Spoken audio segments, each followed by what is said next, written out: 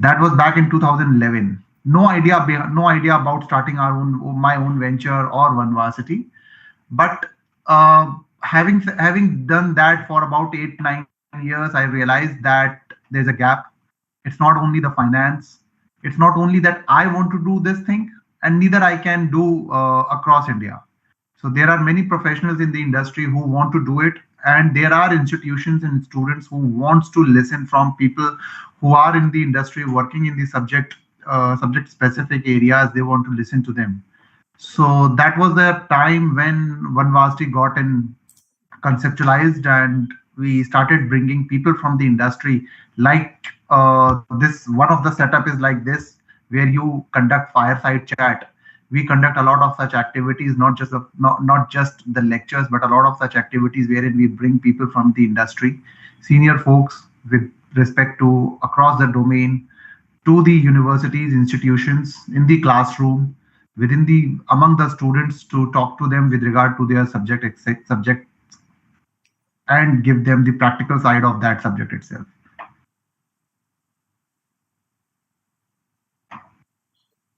Okay, sir. Thank you. This was very informative. How? So the next question is that how did the concept take shape, and what were the key turning points in the evolution from an idea to a transformative platform for education? Technology is the key.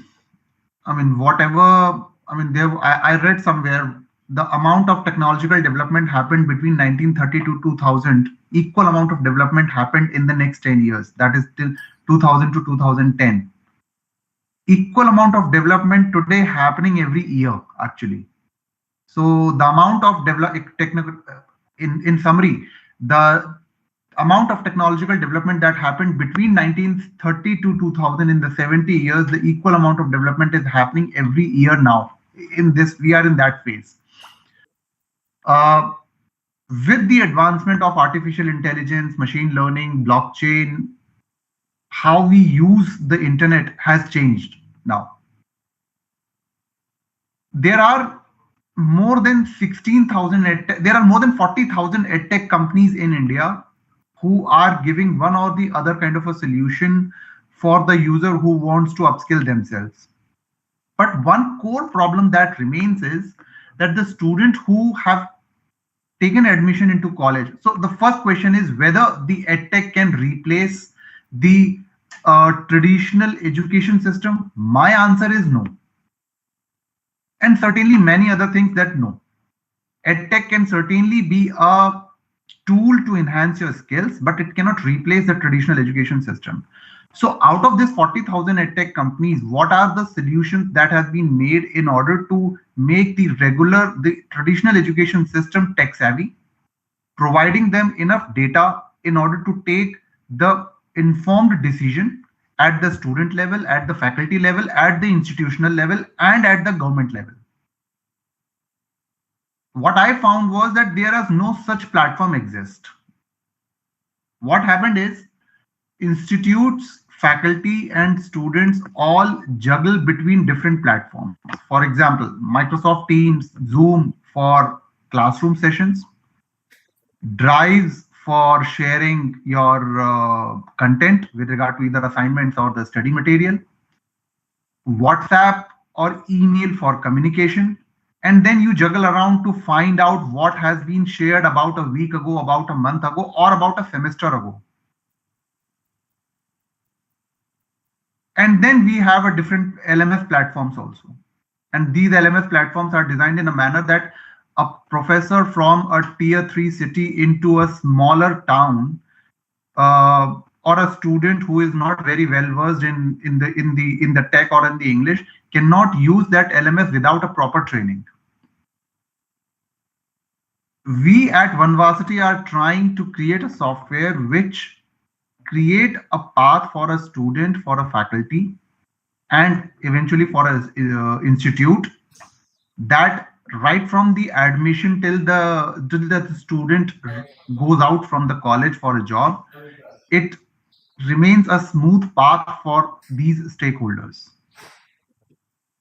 And of course, industry is the consumer of the education industry. They are the customer of education industry. They have to be a part of it. Otherwise, the journey remains half. So that is how we are coming up this with this platform. Our first version of the platform is expected to go live from by 20th of February. I mean, just after a month, in which we are bringing in the social aspect of it so that students have the opportunity to connect. Not only the students, in fact, the students and the faculty will have the opportunity to connect with their peers from the education industry and from the industry. The entire data with regard to the education material remains at in the fingertips of a user, and simultaneously they can use the advanced technology like artificial intelligence in order to get insights about their own skill gap and what type of jobs that they want to aspire or the career they want to aspire. So what they have to do, what type of courses they should be doing, and what people should they be connecting. That was a wonderful insight, sir. It's incredible how those key moments and challenges shape one varsity into a transformative platform it's a today. How do you envision one varsity transforming higher education in India over the next 5 years? I'll take this question in a different manner. Uh, I'm sure many of you must have discussed and thought about National Education Policy 2020. So, if you take the numbers and the vision of the government of India, India is nowhere education destination of the world. We are a medical destination of the world. People come here not just to see the Taj Mahal, but also to get treated. But India is nowhere an education destination that many people in the world or many countries in the world see India to go and study. However, it's a reverse. Students from India dream to go abroad and study. Thankfully, fortunately, this government has a clear roadmap, a plan in order to make India a education hub for the world. Today, our higher education system has 43 million students, which is served by 1.6 million faculty members across the country.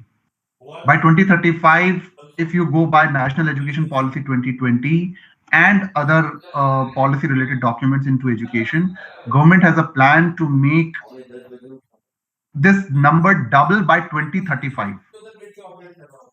If you'll also take the other stats, our gross enrollment ratio in higher education is just 27. That means out of 100 students who passed out from 12th, from the secondary school, senior secondary schooling, only 27 students are actually taking admission into universities. And no wonder very few of them wants to become a faculty. Everyone wants to become a chartered accountant, engineer, management guru of the industry because of glamour, because of the high paying job and all those things. Versus if you see the gross enrollment ratio in the European countries and the American countries, it is hovering around 70 to 80. With this national education policy, India has a vision to double this number by 50 by 2035. Gross enrollment ratio to 50 by 2035. Having said that, that requires double the number of education institutions if we want to serve that much of population for higher education, double the number of teachers if we want not to disbalance the student teacher ratio. But the problem still remains the same, that no one wants to become a teacher, or a very few wants to become a teacher.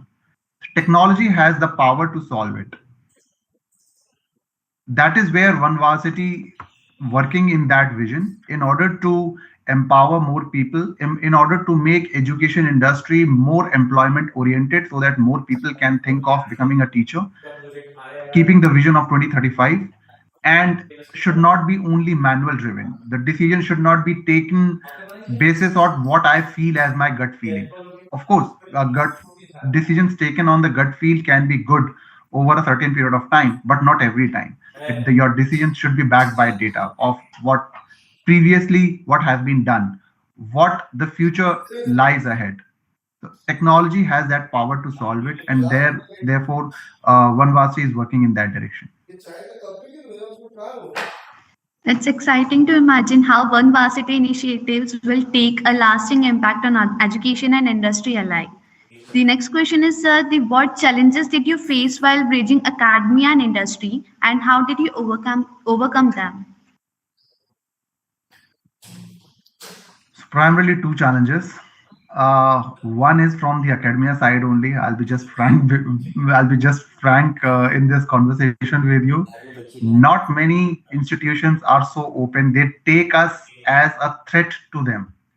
Many professors take us that we are going away to take their job by bringing in more industry people. That is the one common challenge which I have encountered from day one. And we need to make them clear that we are not going to take away your job as a professor. In fact, we want to empower you with the people who are actually working practically in your subject only. So, for example, if there's a professor of artificial intelligence, and so we are not going away to take a job of a professor of artificial intelligence. We are bringing people who are working in the artificial intelligence in the industry in order to give you real-time case studies, not a 2-year-old case study, just a week ago case study. We are there to connect you with professionals from organizations, big organizations, small organizations, MSMEs, startups, in order in order to support your theories with the practical delivery of education and provide the exposure not just to you but also to your students, so that your students become more employable.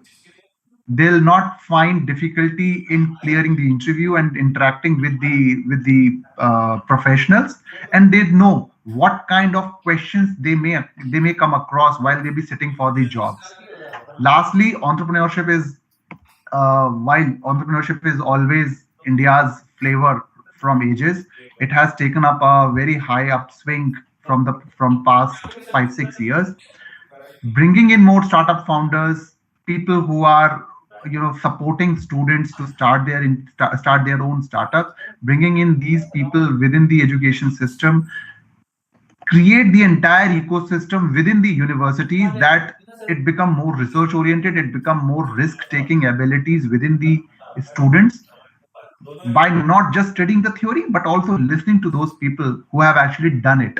May not have succeeded it, failed it, whatever. All of that will become the learning for everyone into the classroom.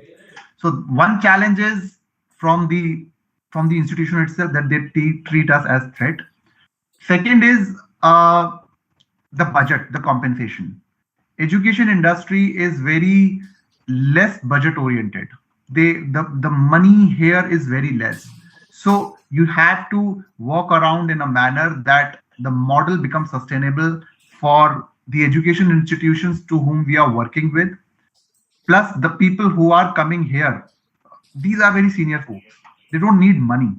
They are earning they are earning very good in their own corporate lives. What they want is they want to interact with these students. So the model has to evolve in that manner, that it becomes sustainable for education institutions, for all the other stakeholders who are part of it. There is a lot of support from the government policies, especially the last year policy with regard to apprenticeship and internship policy with regard to this for the students that the organization needs to offer. So all of them will eventually help us solve this challenge. Thank you, sir, for those challenges and solutions, sir. And how do you balance innovation with practical execution in the edtech industry? While this is not specific to edtech industry, it remains across the world, across the industries. There is no success innovation. You keep on trying 10,000 things, you don't know which will get success. You don't need to be afraid of getting failure. You think something is good, you try, it may not get success. You need to try, keep on trying 100, 10,000 things. Eventually, for an innovation to get success, does not require out of the box thinking, it requires perseverance. That you need to be on it. What will get success, no one knows. No one knows, practically speaking. Not even the founder of a company, not even the management gurus or the tech gurus. They have become a tech guru or a management guru because they have tried 10,000 things. Out of those 9,999 things have failed, but one became successful, and that have given them uh, all of the fame or all of the success that what we are seeing as successful things. You take an example of Google. How many products do we know? How many products do they have? But think how many product, the length, the breadth of their graveyard of their products. The success of the product of an innovation is less than 1%. So you need to keep on trying. So there is no metrics about it. And that is true for edtech industry, for us, for everything, everyone.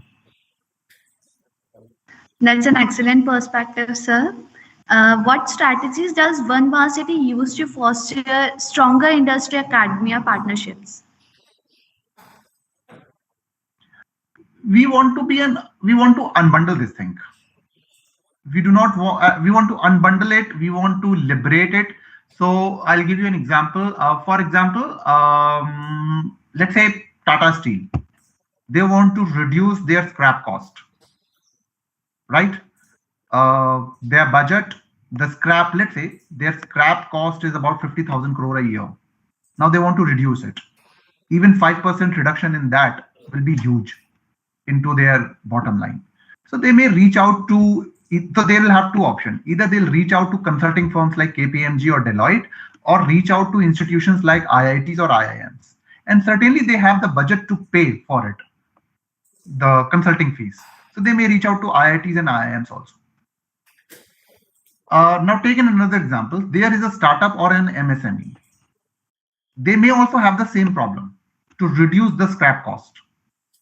In their case, the scrap cost is not 50,000 crore, but maybe just 50 crores or 5 crores. Certainly, they will not have a budget to pay management fees for about 5 crores because their ultimate cost that they're saving that they are looking is 5 crores. So they will not be able to reach out to consulting firm like KPMG or Deloitte. Second, they will not be able to reach out to IITs or IIMs because they will not entertain them. One. Second, even if they want to entertain them, they also are limited with their bandwidth. So if the project coming out to be 50,000 crores, certainly they would like to go ahead with them. So how can this gap be bridged? If we can bring all such startups, MSMEs on one side of the platform, and if we can bring all such education institutions, not just IITs or IIMs, on the other side of the platform, can this gap be bridged? A company who is looking to save 5 crores, and there's an institution who has equally talented faculty members and the students and the hardworking students who want to take up such projects in order to learn. Certainly, a student from IIM Ahmedabad may be working to save 50,000 crores, but a student who is not in IIM Ahmedabad in some other institute can actually work and help this organization to save 5 crores. Yes, the principles remains the same. Accounting principles. I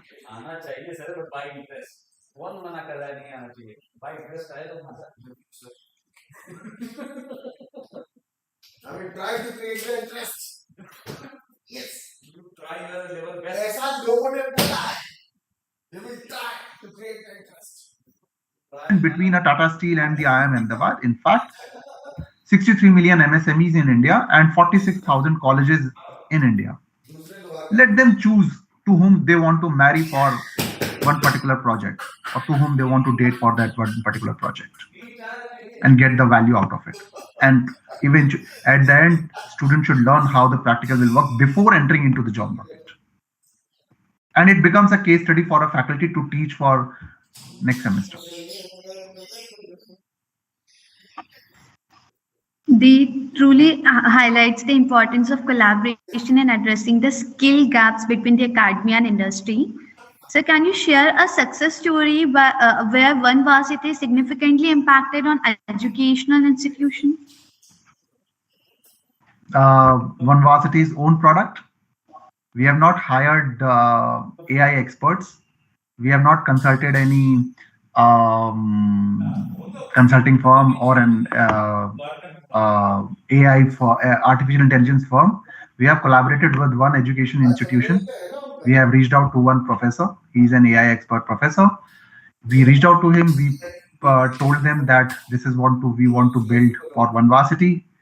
He himself gathered his a few students, and they are building the product.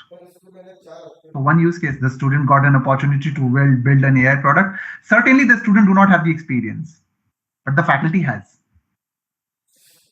And the faculty, because the faculty has, I can relate on them. I can bet on them. What is benefit for OneVarsity is we do not need to budget 25 lakh rupees or 50 lakh rupees in order to build the product. It is getting in some fraction cost. Students getting the experience, teacher, faculty utilizing their own experience and expertise in order to work on to get the product built. As a startup, we are getting the product at a lesser cost. That's great, sir. How does OneVarsity align with the One Nation, One Data initiative? How do you get to know about it? Sir. Okay, no problem. So when you discuss this One Nation, One Data, that means you are aware about it. So what precisely this One Nation, One Data? That a student or a faculty, everyone should have one unique ID and everything should be stored behind it, just like an Aadhaar card, for example, or an SSN in America. In fact, Aadhaar is more than SSN in America.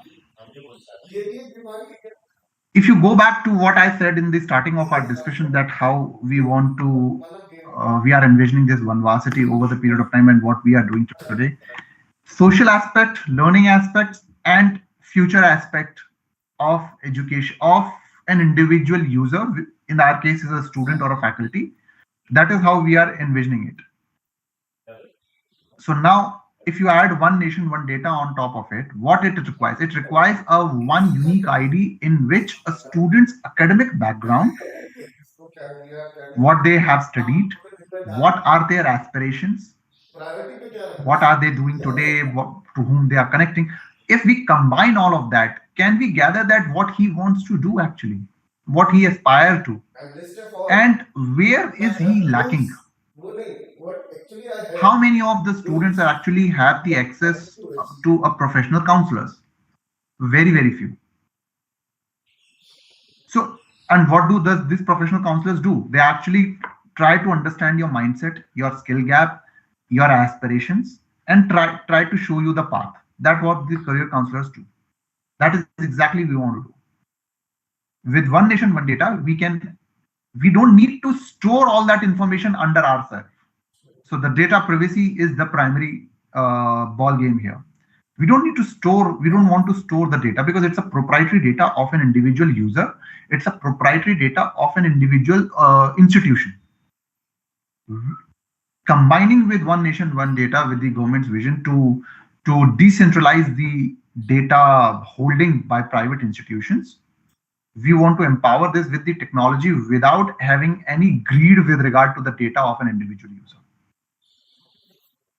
And they can access it any point of time, even in the future, even after they, left the academics, and after 25 years, Munch Street realized that I want to do a PhD after completing their, whatever you are doing.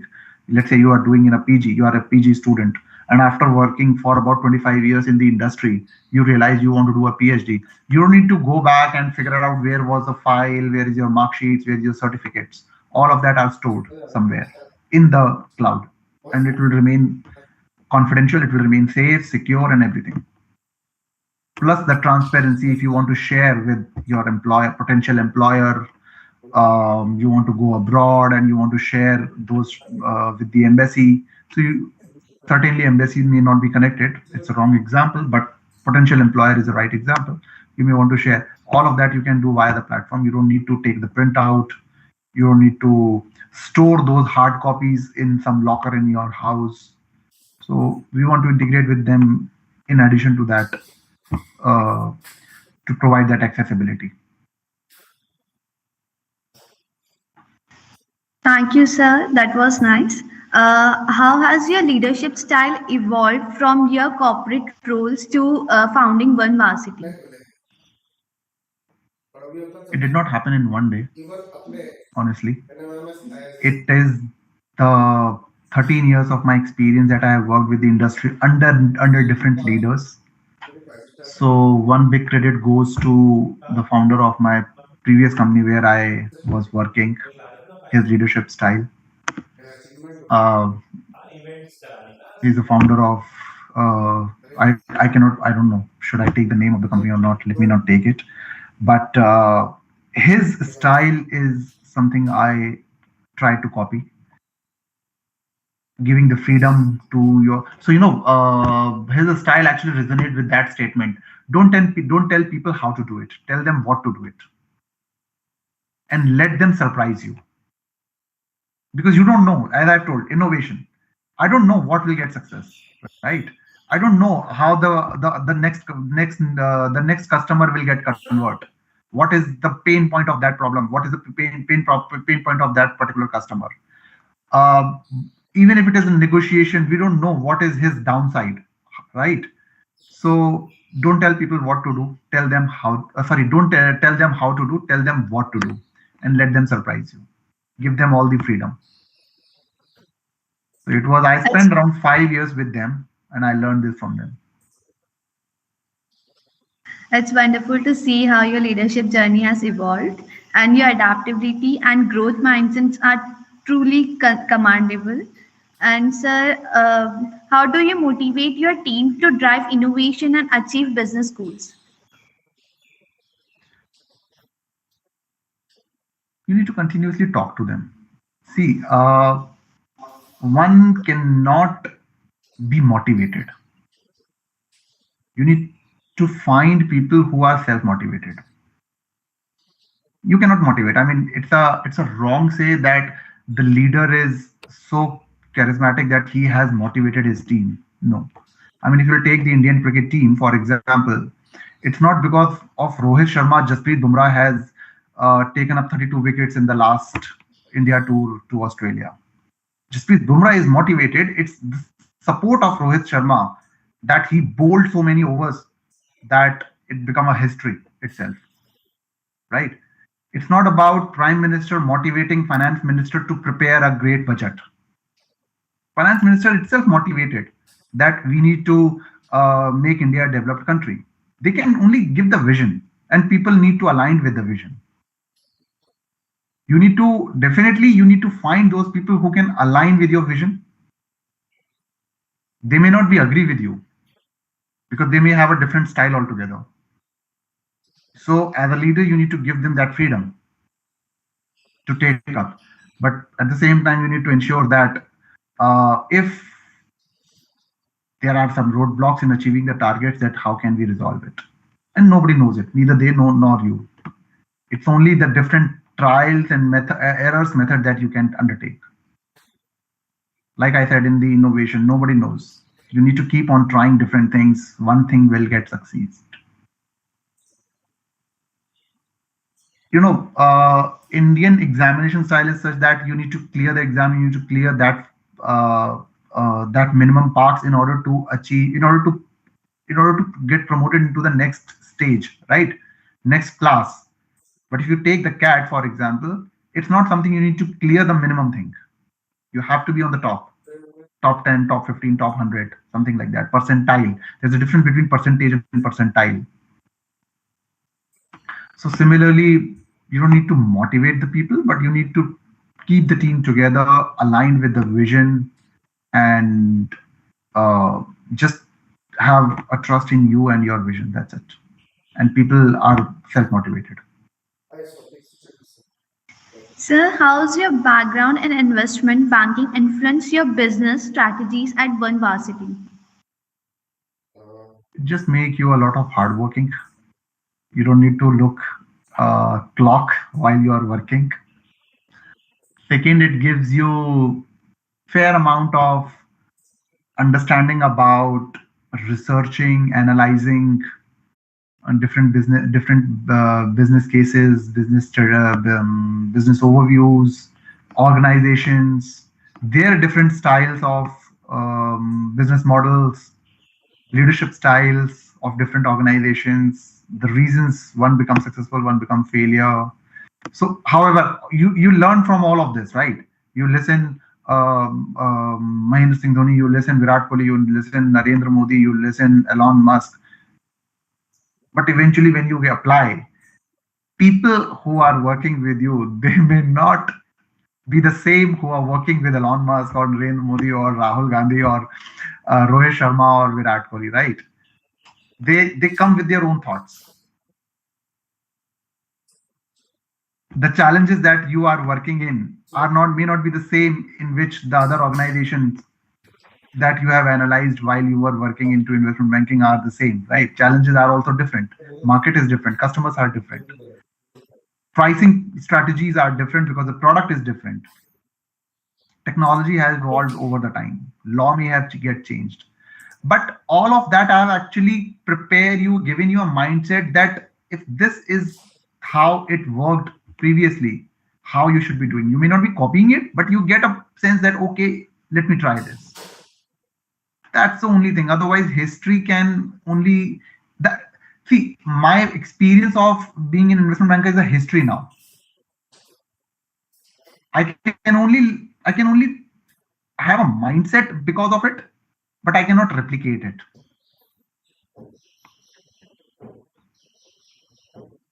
So how can students be encouraged to take ownership of their learning journey in an industry focused academic model? Can you repeat your question this time?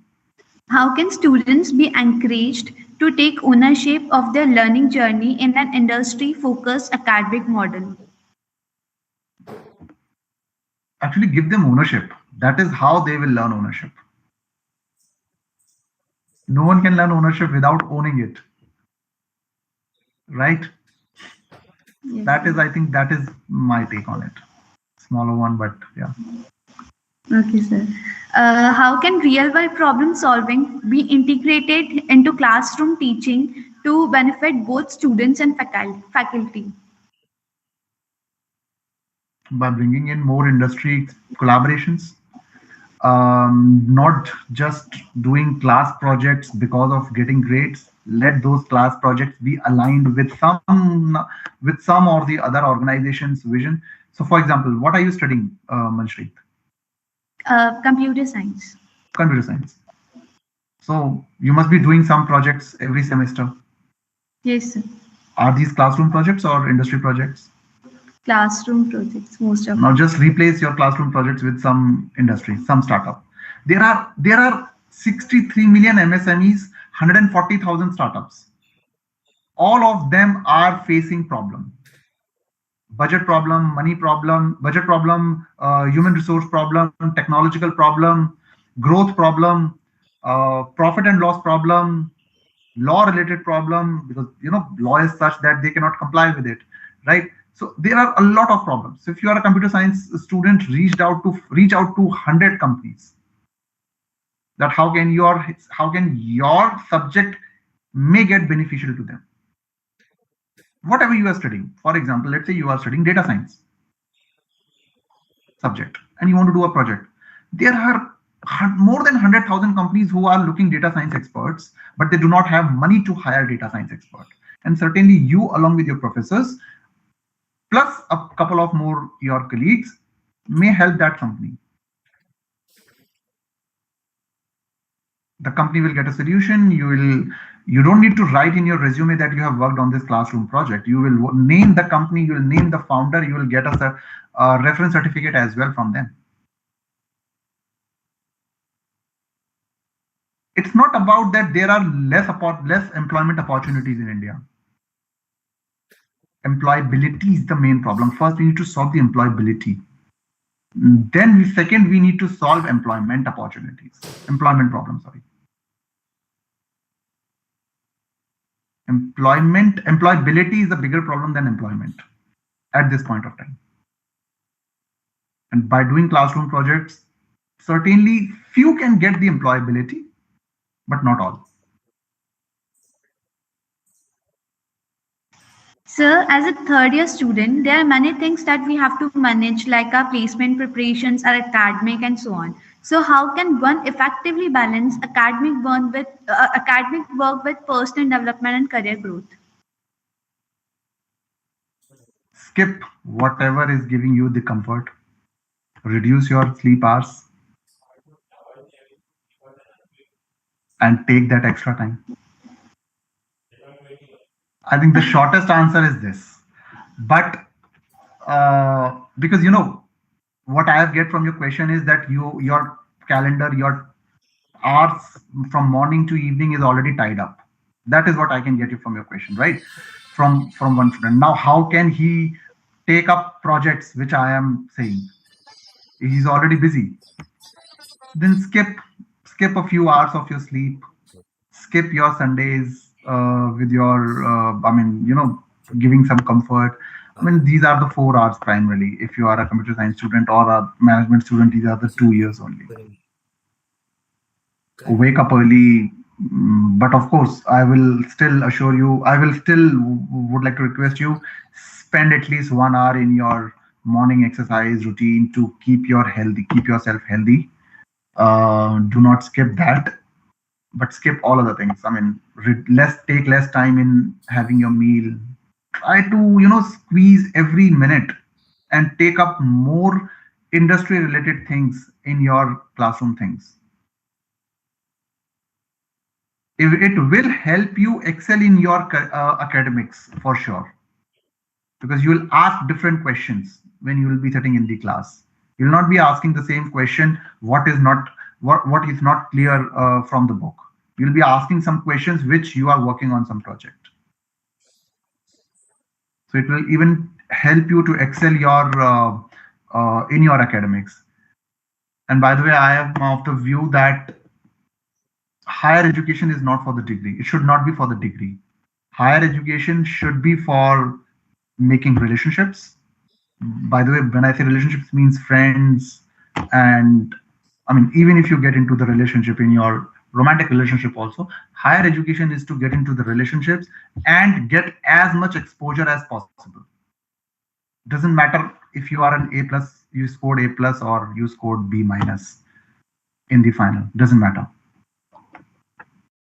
If you get the exposure, you'll do justification with your career as per your aspirations. That is what I believe.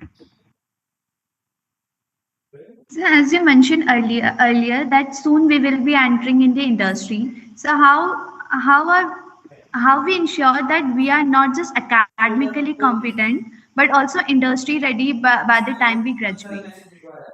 By not focusing just to getting A plus and getting exposure when you are into university. See, when you'll be sitting for the placement, the first question that everyone will encounter is, tell me something about yourself. Now, if you tell, my name is Shiv Agarwal, I am final year student of Narsi Monji, and I belong from this city. I mean, why? This is all written in your resume. Why the hell are you saying this, right? Now, if you come on the projects, if you tell, in the first semester I worked on this project under this faculty, the classroom project that you mentioned, versus you say, with my professor, I worked for this company on this project and I saved them for this much money. Under this, so there are many software students who have GitHub profiles and who created a lot of projects. Someone has created a replica of Netflix, someone has created a replica of Facebook, LinkedIn, right? Instagram, Tinder, they have created all of that in replica, right? I'm sure there must be 10,000 founders who are trying to build a Tinder from India. Work with them, launch it. Find out the nitty-gritties of not just building the software, but also how a company get launched. That is how you will bridge that gap from university to industry, because you know how what your boss is going to expect from you, what your employer is going to expect from you. Because nothing will be new for you. You know how things are working, because you have done it in the 4 years. Certainly, sometimes money becomes a challenge. Many startups, many MSMEs, companies do not want to pay. That becomes a challenge because money is a motivational factor. But you're not doing that project for money. Ultimately, you're not. Your aim is not to earn. Your aim is to learn this time through while you are in the university. So if you are getting into if you are finding a very good project, don't look at the money. Ultimately, that company may become your potential employer. You don't need to even sit for the placement. You don't need to be dependent on your placement team. Ultimately, may become your potential employer. So if you are in second year or in third year, you work for a project, so you will still have 1.5 year. In that, the company may raise some great funding, and because you have helped them, you will be their first choice because they trust you. They have seen you that how you work. They don't need to interview you now.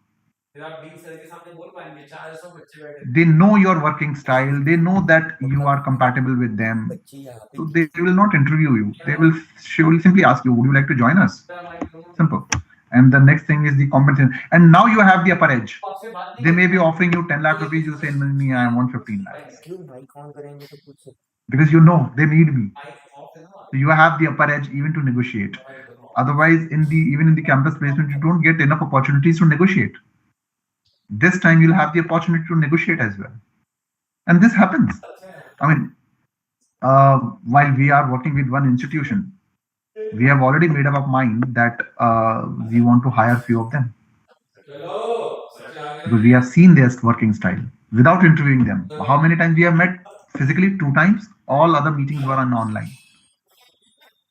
But we have made up our mind that yes, if they do not get hired by someone else before we release them offer, we would like to. Sir, how can students leverage technology, including platforms like OneVarsity, to supplement their academic education and gain practical skills? What's the difference between Tinder and Shadi.com? Right? Both are into different things. I mean, more or less, you may end up into the same, getting married, but these are the two different platforms offering two different services. Now, many students are on LinkedIn, for example. Why? In order to showcase. So every day, other day, I keep on seeing some student is putting up their certificate that I have earned a certificate of digital marketing through Google, and they put up on LinkedIn. Why? Just to showcase your potential employer primarily. Correct? And of course, you don't just want likes on that. You want to show your potential employer that you have gained this certificate, so that and a financial analyst aspirational student certainly will not be gaining a certificate on digital marketing. Digital marketing certificate will only be gained by those students who want to make their career in digital marketing. But LinkedIn is not meant for it. We are doing it because we do not have any other option. In fact, nowadays people have started posting their wedding photos also on LinkedIn. Though there are options to put up your wedding photos into the right platform, OneVarsity is actually trying to bridge that gap to give the right platform wherein you should not just posting what you are earning, gaining, learning, but also analyzing and giving you the advice about the right step in the next direction. This may not certainly not be because what your colleagues have done. This is by analyzing your own personal profile, personal aspiration, that where you lack and what you want to achieve. So what is the delta in it? Where you are today, what you want to achieve, and what is the delta? In order to fulfill that delta, you may need to do 10 different things. What is the first thing you should be doing? I may want to learn financial modeling. You also want to learn financial modeling, right? You are very good in P&L and balance sheet and ratio analysis versus me. I am not that good. We may both taking up the same course. You may end up doing justification with your money and time. I may not because I am weak in P&L and balance sheet. So first I need to brush up that. So for me to take up the same course, maybe the third step. The first step would be something else.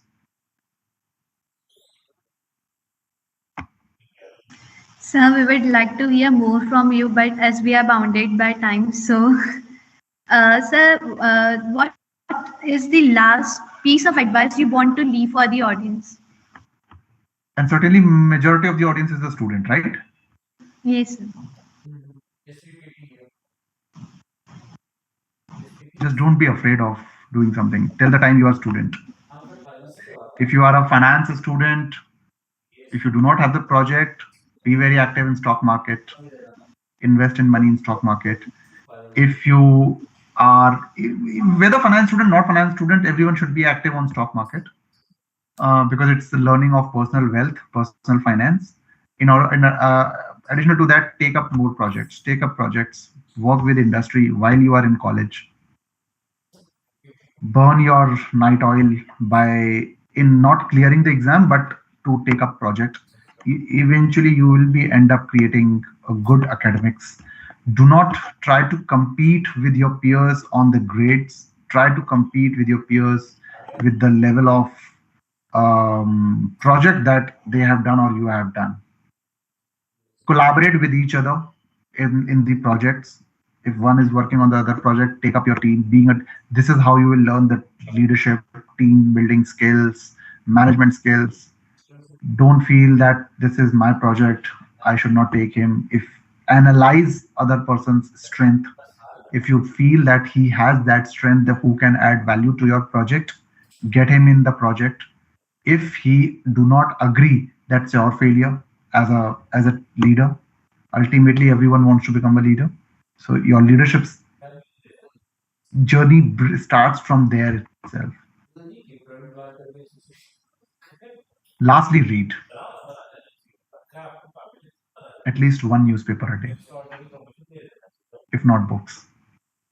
Don't miss these things.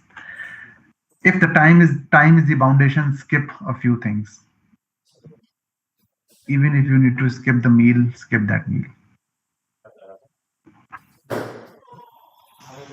Thank you, sir. Thank you, Mr. Shiv Agarwal, for such an inspiring session and for sharing your journey and insight with us.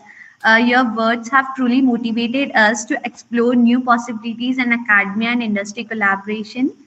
A special thanks to our director, Dr. Sunita Patil, and our faculty member, Harshal Kotwal sir, and Dr. Payal Tande and Dr. K.V. Patil for their constant support.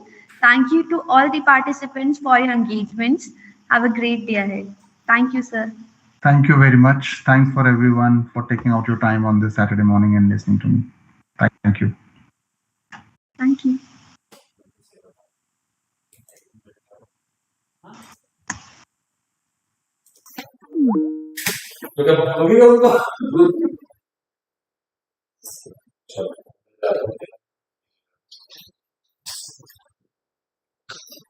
साथ में बोल रहे तो बड़ी बात है।